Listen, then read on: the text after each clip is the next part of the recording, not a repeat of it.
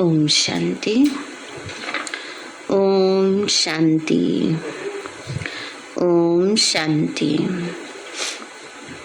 आज प्यारे बाबा के 30 तारीख के महावाक्य हैं। बाबा बोले, मीठे बच्चे, तुम बाप के बने हो इस दुनिया से मरने के लिए। बाबा ने कहा, जीते जी मर जाओ ना। तो बाबा ने कहा, मीठे बच्चे, तुम बाप के बने हो इस दुनिया से मरने के लिए। ऐसी अवस्था पक्की करो जो अंत में बाप के सिवाय कोई भी याद न आए। प्रश्न है, सबसे तीखी आग कौन सी है जो सारी दुनिया को इस समय लगी हुई है? उसको बुझाने का तरीका सुनाओ। सबसे तीखी आग कौन सी है जो सारी दुनिया को इस समय लगी हुई है? उसको बुझाने का तरीका सुनाओ। बाबा बोले, सारी दुनिया में इस समय काम की आग लगी हुई है। यह आग सबसे तीखी है। इस आग को बुझाने वाली रूहानी मिशन एक ही है। इसके लिए स्वयं को फायर ब्रिगेड बनाना है। फायर ब्रिगेड का काम होता है ना, आग को बुझाना। तो बाबा ने कहा, सारी दुनिया में विकारों की अग्नि जल रही है, तो उसके लिए बाबा कहते तुम बच्चों को अपने आप को फायर ब्रिगेड बनाना है। सिवाय योग बल के यह आग बुझ नहीं सकती। काम विकार ही सबकी सत्यानाश करता है। इसलिए इस भूत को भगाने का पूरा पुरुषार्थ करो। गीत है, महफिल में जल उठी क्षमा परवाने के लिए, और प्रीत बनी है दुनिया में मर जाने के लिए। ओम शांति। जो अच्छे अच्छे सर्वसेवल बच्चे हैं वो इस गीत के अर्थ को अच्छी रीति समझ जाते हैं। इस गीत को सुनने से सारे सृष्टि चक्र, रचयिता और रचना के आदि मध्य अंत को जाना जाता है। गीत बजाया जाता है कि मनुष्य जान जाए। किसके द्वारा? ज्ञान के सागर के द्वारा। बाबा ने कहा, गीत बजाया जाता है कि मनुष्य जान जाए ना कि क्षमा जल गई है। क्षमा कौन है? शिव बाबा है ना, और परवाने हम बच्चे हैं। तो बाबा कहते हैं, बच्चे जानते हैं कि हम बाप के बनते हैं इस पुरानी दुनिया से मरकर अपने परम धाम में जाने के लिए। यह पुरुषार्थ और कोई करा न सके सिवाय एक बाप के। बाबा कहते हैं, मेरा बनने से तुमको इस दुनिया से मरना होगा, है ना। कैसे मरना है? ऐसे नहीं ये सोचे कोई सुसाइड कर ले, नहीं। मरना माना जीते जी मरना है, भूलना है दुनिया को, दुनिया की बातों को भूलना है, तब बाबा के बनेंगे। पिछाड़ी में ऐसी अवस्था पक्की होनी चाहिए जो सिवाय एक बाप की याद के और किसी की भी याद न आए। तुम बच्चे जानते हो, क्षमा आई है परवानों को साथ ले जाने के लिए। क्षमा है शिव बाबा और परवाने हैं हम बच्चे। परवाने तो ढेर के ढेर हैं। प्रदर्शनी में भी देखो कितने ढेर आते हैं। कई बच्चे तो प्रदर्शनी का अर्थ भी नहीं समझते होंगे। पुरानी दुनिया को फिर नई दुनिया बनाने की प्रदर्शनी है। पुरानी दुनिया का विनाश हो, नई दुनिया की फिर से स्थापना कैसे होती है, यह संगम पर ही दिखाया जाता है। दोनों इकट्ठे तो हो न सके, एक खत्म होनी है जरूर। तुम्हारे में भी जो अच्छे अच्छे बच्चे हैं वो जानते हैं राम राज्य अर्थात नई दुनिया स्थापन हो रही है। बाबा ने कहा, दोनों एक साथ तो हो नहीं सकते, नई दुनिया और पुरानी दुनिया, है ना। बाबा ने कहा, बच्चे पुरानी खत्म होगी, नई बनेगी। अब दिन और रात एक साथ थोड़े हो सकते हैं। तो बाबा ने कहा बच्चे, राम राज्य स्थापन होने के बाद रावण राज्य खत्म हो जाएगा। जब तुम राम राज्य के भांति बनते हो तो तुम्हारे में कोई भी भूत नहीं होना चाहिए। भूतों को भगाने की कोशिश करनी चाहिए, है ना। बाबा ने कहा अंदर से भूतों को भगाने की, 5 विकारों को भगाने की कोशिश करनी चाहिए। कैसे कोशिश करेंगे? याद में रहेंगे तो भूत भागेंगे। पहले पहले काम की अग्नि को बुझाना है, अपने लिए फायर ब्रिगेड बनना है। यह आग सबसे तीखी और बिल्कुल गंदी है, सिवाय योग बल के बुझा नहीं सकती। सो भी यही सवाल है सारी दुनिया का। सबको काम की आग लगी हुई है। इस आग को बुझाने वाले रूहानी मिशन एक ही है, उनको जरूर यहाँ आना पड़े। कहते भी हैं हे पतित पावन आओ। पतित तो कामी को कहा जाता है। हे काम की आग मना भूत को भस्म करने वाले आओ। यहाँ मेजॉरिटी तो पतित हैं, भले कोई पवित्र रहते हैं। तुमको युक्ति बताता हूँ, इनको कैसे बुझाओ। यह काम अग्नि भी सतो रजो तमो में आती है। तमो प्रधान वह है जो बिल्कुल रह नहीं सकते, आग लगी रहती। मनुष्य की सत्यानाश ये काम विकार ही करता है। सतयुग में तो कोई दुश्मन होता नहीं, वहाँ न रावण होता है, ना ही मनुष्य के दुश्मन होते हैं। तुम समझाते हो भारत का सबसे बड़ा दुश्मन रावण है ना। बाबा ने कहा बच्चे, अभी तुम बच्चे समझाते हो भारत का सबसे बड़ा दुश्मन ये 5 विकार है, रावण है। खेल ही सारा भारत पर बना हुआ है। सतयुग में राम राज्य और कलयुग में रावण राज्य कार्टून में भी दिखाया है। वह भी मनुष्य, यह भी मनुष्य। देवताओं के आगे हाथ जोड़कर जाकर कहते हैं आप सर्वगुण संपन्न हो, हम पापी दुखी हैं, है ना। बाबा ने कहा देवताओं के आगे जाके हाथ जोड़ते हैं, कहते हैं आप तो सर्वगुण संपन्न हो, और खुद के लिए क्या कहते हैं, मैं मूर्ख खलकामी पाप हरो देवा। तो बाबा कहते यह भारत शिष्टाचारी पावन था जरूर, जहाँ देवी देवताएं राज्य करते थे। लक्ष्मी नारायण और राम सीता दोनों का राज्य था। है तो उन्हों का ही घराना, प्रजा का चित्र तो नहीं बनाएंगे। अब बाबा कितना सहज करके समझाते हैं। समझाकर फिर कहते हैं बुद्धि में धारणा होती है ना, जैसे मेरी बुद्धि में धारणा है, झाड़ ड्रामा की सारी नॉलेज हमारे पास है, इसलिए ही मुझे ज्ञान का सागर कहते हैं। सृष्टि के आदि मध्य अंत का ज्ञान मेरे पास है। मुझे पवित्रता का भी सागर कहते हैं ना। शिव बाबा क्या है, पवित्रता का भी सागर है। सृष्टि के आदि मध्य अंत का भी उनको सारा ज्ञान है। पतित पावन भी मुझे ही कहते हैं, जो आकर सारे भारत को पावन बनाते हैं। ये है राजयोग और ज्ञान।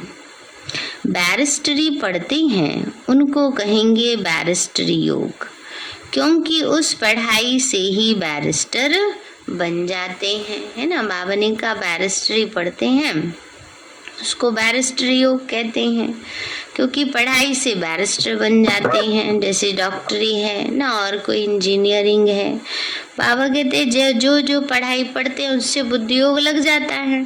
इसे हम ऊंची से ऊंची पढ़ाई पढ़ रहे हैं तो हमारा बुद्धि योग बाबा के साथ है।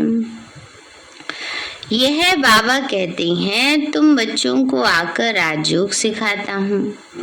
राजाएं भी सब भगवान को याद करते हैं। भगवान से क्या मिलेगा, जरूर स्वर्ग का वर्षा मिलना चाहिए। तुम सबसे पूछते हो कि परमपिता परमात्मा का परिचय है। बाबा कहते नहीं, कोई आते हैं उनसे पूछते हैं क्या आप भगवान को जानते हैं, मानते हैं, पता है कौन है। तो वह बाप रचयिता है तो जरूर स्वर्ग रचता होगा, और स्वर्ग की राजाई देते हैं जो हम बच्चों को मिली थी। अब नहीं है, फिर से ले रहे हैं, जैसे कल्प पहले भारतवासियों ने ली थी, अब फिर से भारतवासियों को लेनी है। नारद का मिसाल है ना।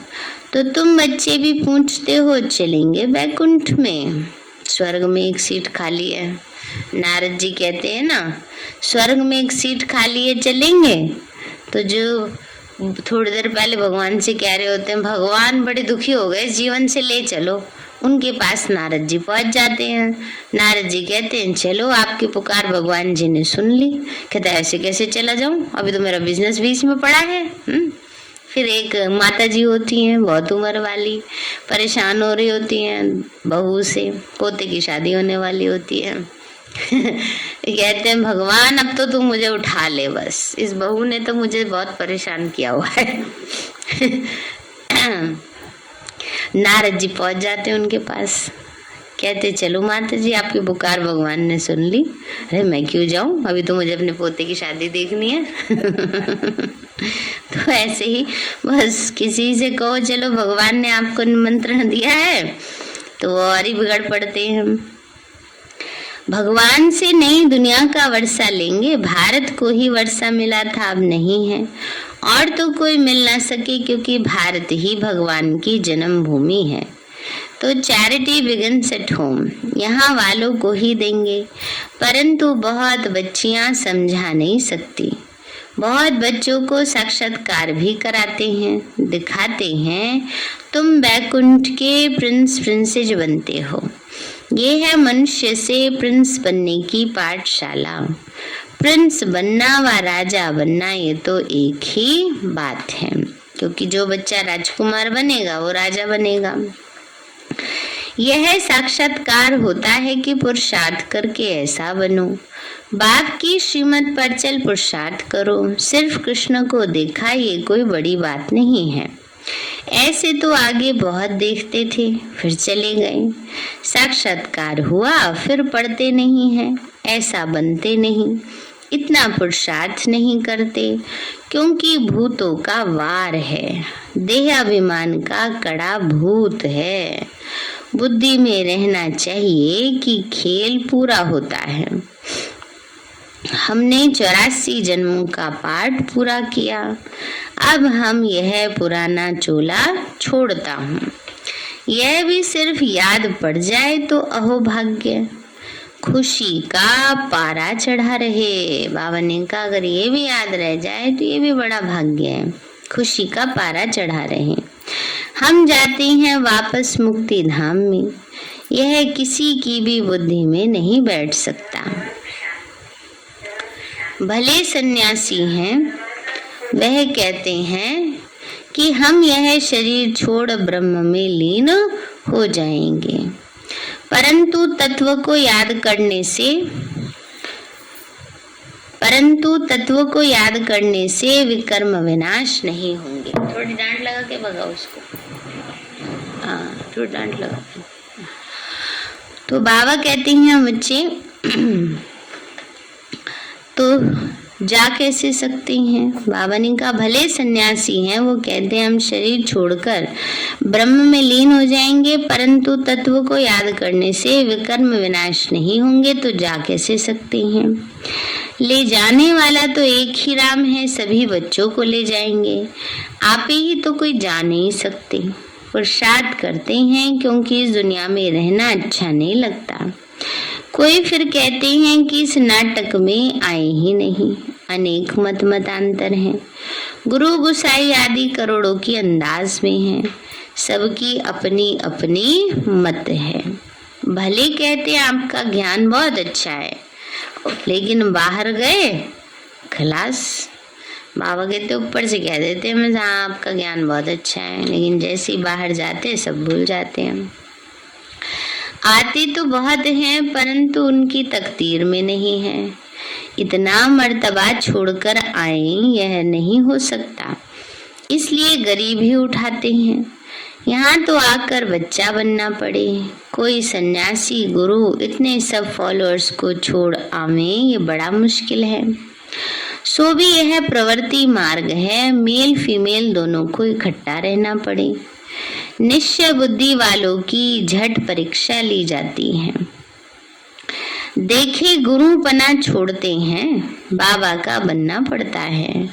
बाबा किसी को भी समझाने का सहज उपाय भी समझाते हैं। सिर्फ पूछना है परमपिता परमात्मा से तुम्हारा क्या संबंध है, वह जरूर मुक्ति जीवन मुक्ति देंगे। मनुष्य को तो दे न सके, बाबा से वर्षा लेने के लिए आकर सीखना पड़े। बाबा ने कहा कोई मनुष्य को जीवन मुक्ति नहीं दे सकते, तरीका ही नहीं पता ना, जीवन मुक्ति मिलेगी कैसे, तो बाबा ही बताते हैं आकर। बाबा से वर्षा लेने के लिए आकर सीखना पड़े। श्रीमत जो कहेगी सो करेंगे। पहले पहले निश्चय बुद्धि चाहिए, फिर श्रीमत जो मिले। बाबा ने कहा बाबा पर पूरा निश्चय होना चाहिए, फिर जो श्रीमत मिले उसके अनुसार चलना है। पहले पहले परिचय ही बाप का देना है। ढेरों के ढेरों आते हैं, कहते हैं यह बहुत अच्छी चीज है, परंतु खुद थोड़े ही खड़े होते हैं, सिर्फ अपनी राय देकर चले जाते हैं ना। बाबा ने कहा कहते तो हैं लोग हाँ बहुत अच्छी चीज है, बहुत अच्छा ज्ञान है, और खुद धारण करें कहते वो बड़ा मुश्किल है। परंतु प्रैक्टिस पड़ी हुई है मत देने की, बाकी खुद बैठ समझे यह नहीं। यहाँ कोई मत देनी नहीं है, श्रीमत पर चलना है। पहले बाप का बनना है, फिर वह जो श्रीमत दे कि ऐसे कोई को समझाओ। फिर जब किसी को समझावे वो लिख कर दें कि मुझे तो श्रीमत पर चलना है, तब समझें कि कुछ ठीक समझा। आते तो ढेर हैं, परंतु अच्छी तरह समझते नहीं हैं। ज्ञान के मत वाले बनते नहीं, इस समय सब हैं भक्ति के मत वाले। जप तप पाठ आदि सब भक्ति के लिए करते हैं। भगवान कहते हैं आधा कल्प तुमने भक्ति की है, भगवान से मिलने के लिए। सब भगत ठहरे, भगवान तो एक ही है, एक को ही कहते हैं पतित पावन। तो खुद भी सब पतित ठहरे ना, ये है रावण राज्य। इस कल्प के संगम का ही गायन है। कल्प के संगम युगे युगे बाप आते हैं। सतयुग है कल्याणकारी स्वर्ग और कलयुग है अकल्याणकारी नरक। रावण है अकल्याणकारी और राम है कल्याणकारी। यह नॉलेज बच्चों की बुद्धि में टपकनी चाहिए ना कि बाबा की याद से हमारा कल्याण हो ही पड़ा है, ये बात बुद्धि में हमेशा रहनी चाहिए ना। इसलिए बाबा कह रहे हैं ये नॉलेज टपकनी चाहिए कि सतयुग में बाबा ले जा रहे हैं, कल्याणकारी समय, कल्याणकारी बाप हमें मिला है, तो अकल्याण हो ही नहीं सकता है। तो ये ज्ञान चिंतन चलता रहे। होना रहना चाहिए, होना मना ख्याल रहना चाहिए कि जाकर विचारों का कल्याण करें। कोई कोई में ऐसी खामी है जो उनसे सब हैरान हो जाते हैं। बाबा ने कहा किसी किसी की ऐसी कमी होती है, वो आत्मा सबको डिस्टर्ब किए रखती है। कहते हैं बाबा फलाने में ये अवगुण है, बहुत समाचार आते हैं।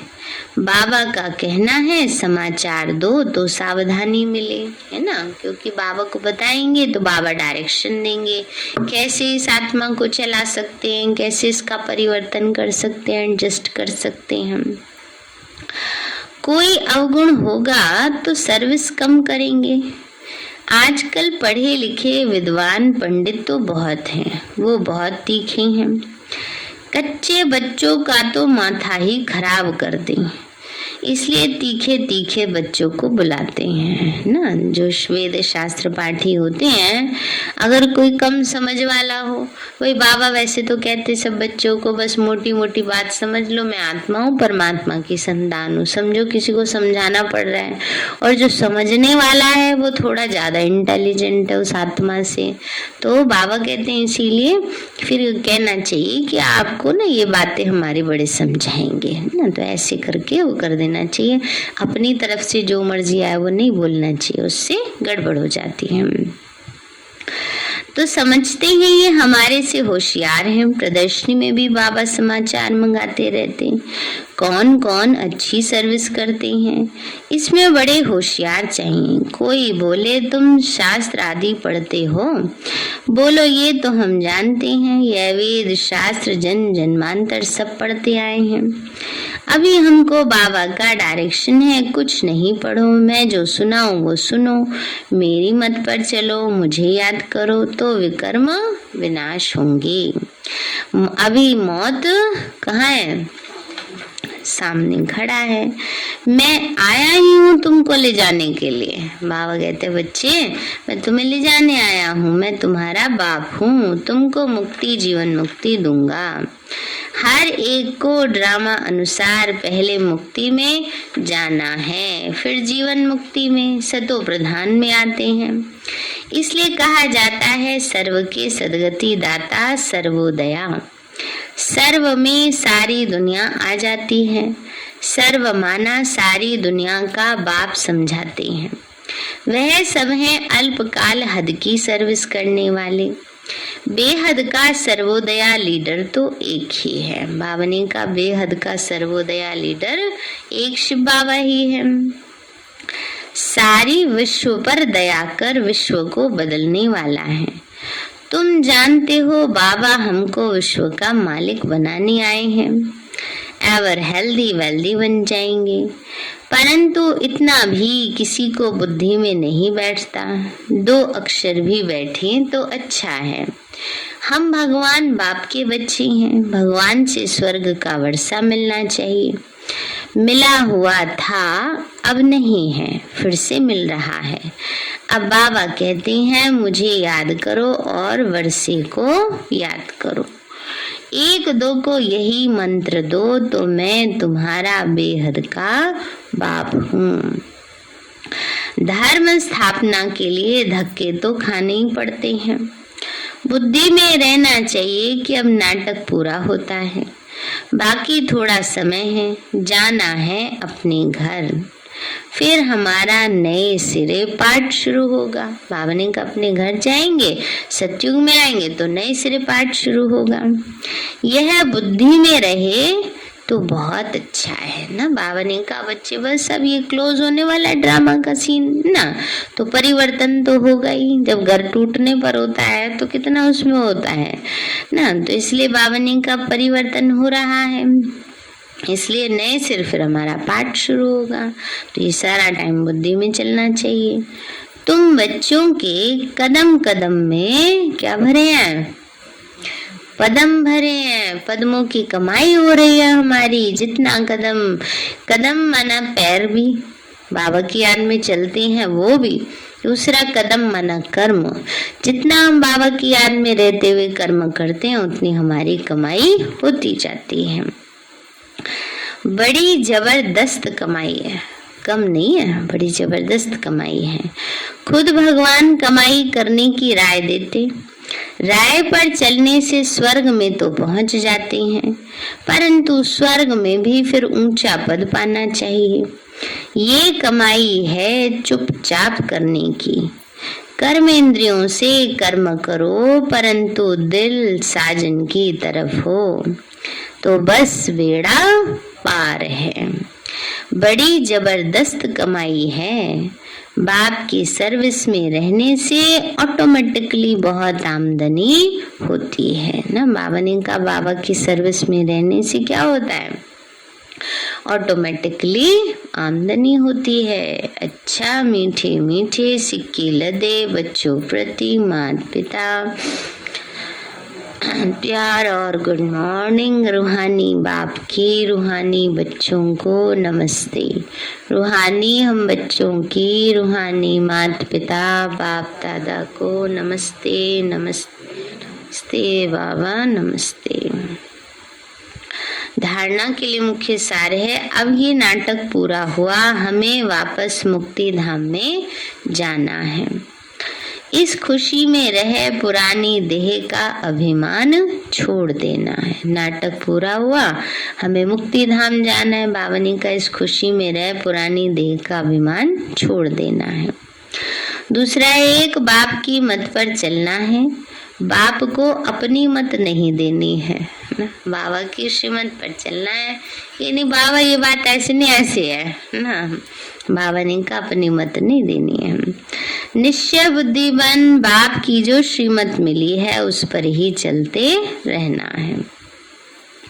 वरदान दिया बाबा ने, भिन्न भिन्न स्थितियों के आसन पर एकाग्र हो बैठने वाले राजयोगी स्वराज अधिकारी भव। भिन्न भिन्न स्थितियों के आसन पर एकाग्र हो बैठने वाले राजयोगी स्वराज अधिकारी भव। बाबा बोले राजयोगी बच्चों के लिए भिन्न भिन्न स्थितियां ही आसन हैं।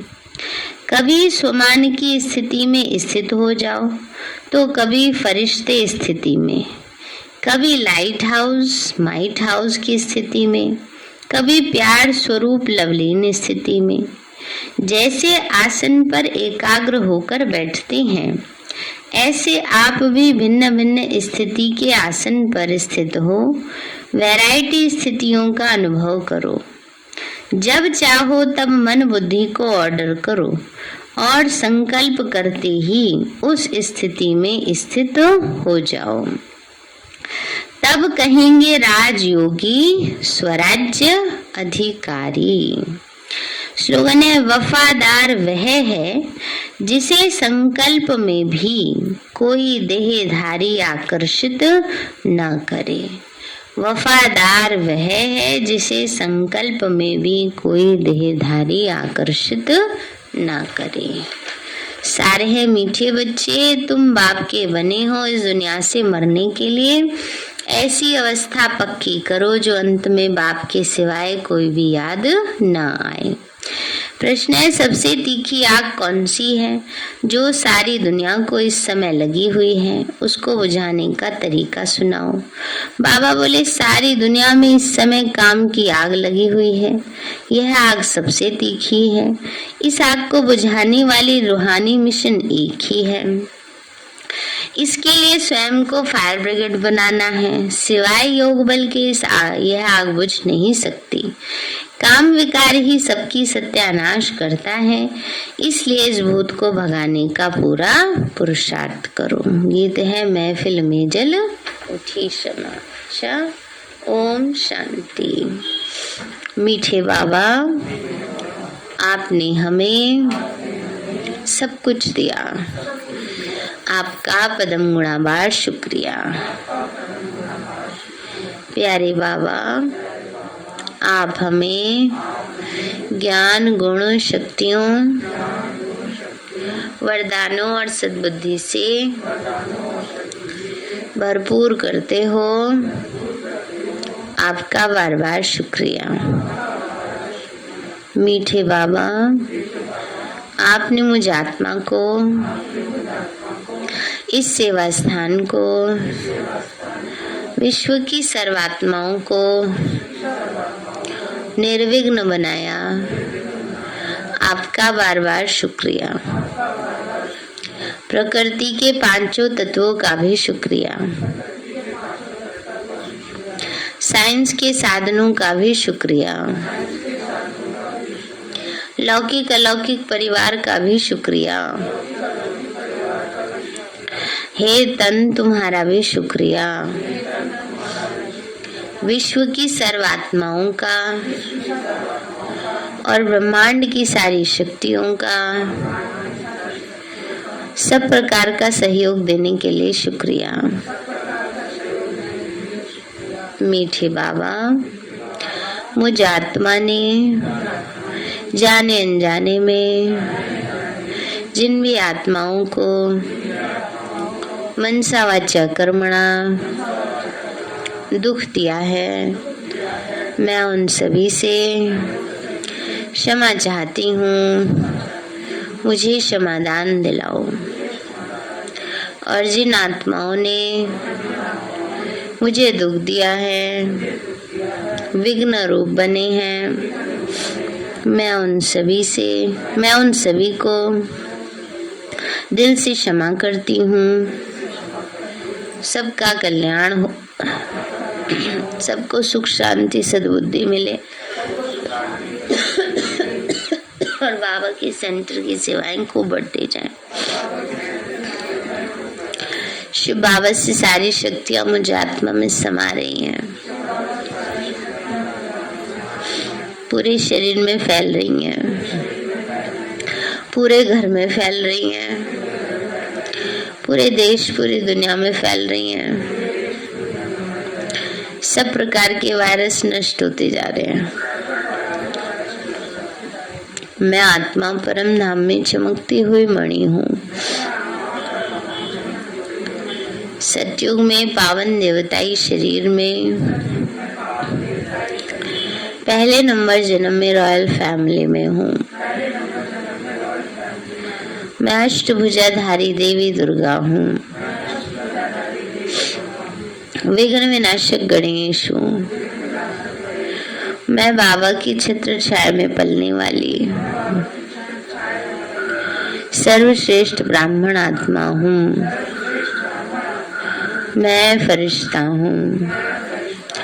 मेरे साथ सब कुछ बहुत अच्छा होगा। मेरे साथ सब कुछ बहुत अच्छा होगा। मेरे साथ सब कुछ बहुत अच्छा होगा। वाह रे मैं, वाह मेरा श्रेष्ठ भाग्य, वाह वाह वाह।